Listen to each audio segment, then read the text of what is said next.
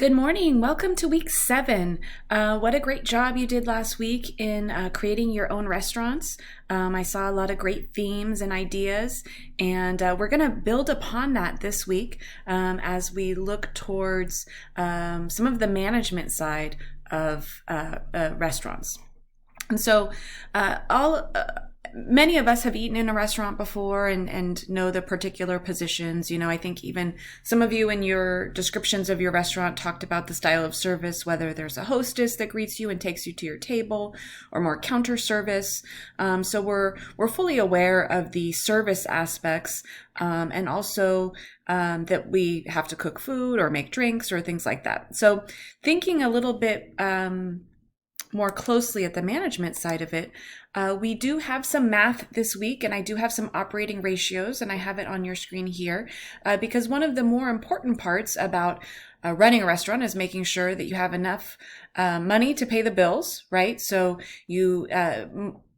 many factors are taken into consideration, including the rent and insurance and those fixed costs that you really aren't able to control. And then there's a lot of things that are in your control. So you see on your screen food cost, labor cost, beverage cost. Those are the big 3 hitters. And in determining the pricing that you have for your menu items and offerings and things like that.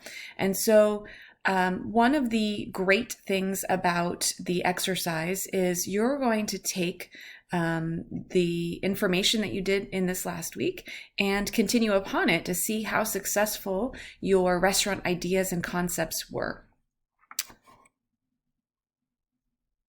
So I've shifted gears here a little bit to one of the assignments, and that's going to be build your own restaurant too.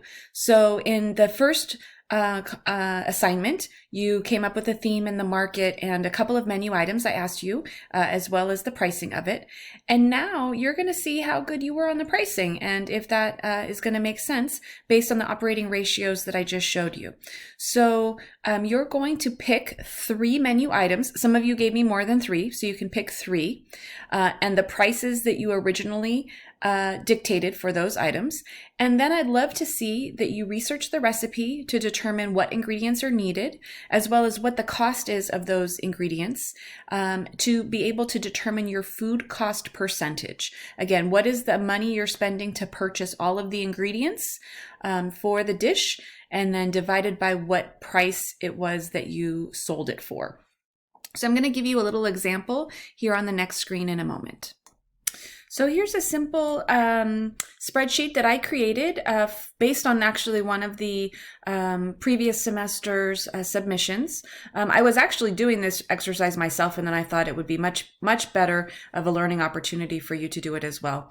And so for this particular situation, the tuna roll was on the menu, and so I Google searched what it would take for a tuna roll to be made, what the ingredients were. And then I figured out by researching the cost per unit, the cost per ounce. I'm actually going to move this up a little bit so you can see in my formulas, what I did here for cost per ounce is I took this cost per unit and then divided it by the number of ounces that were in that unit. And then I looked up at the recipe how many ounces were needed.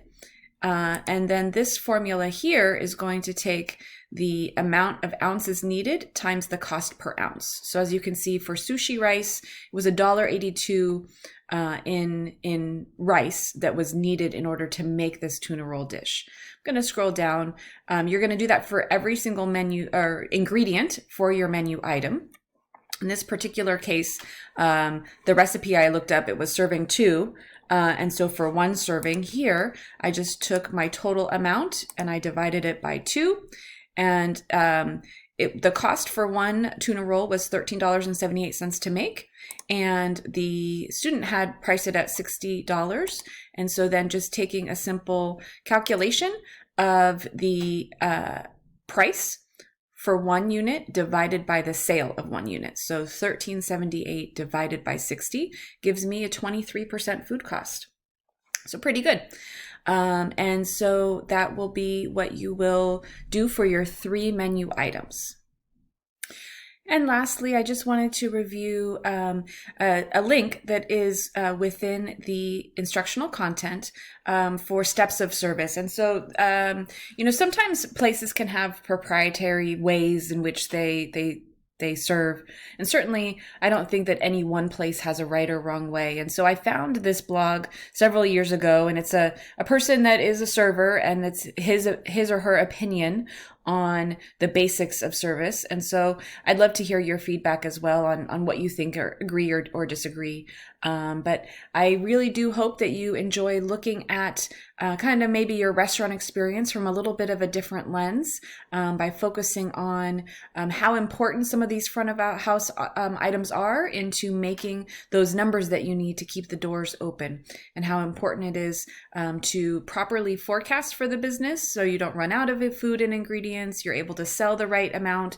You're able to make sure that you don't have leftover ingredients that go bad. I'm thinking about, a coffee bar concept. And if you purchase too much milk and you don't sell enough of the drinks that have the milk in it, that's actually going to be, lost dollars, right? Lost profit.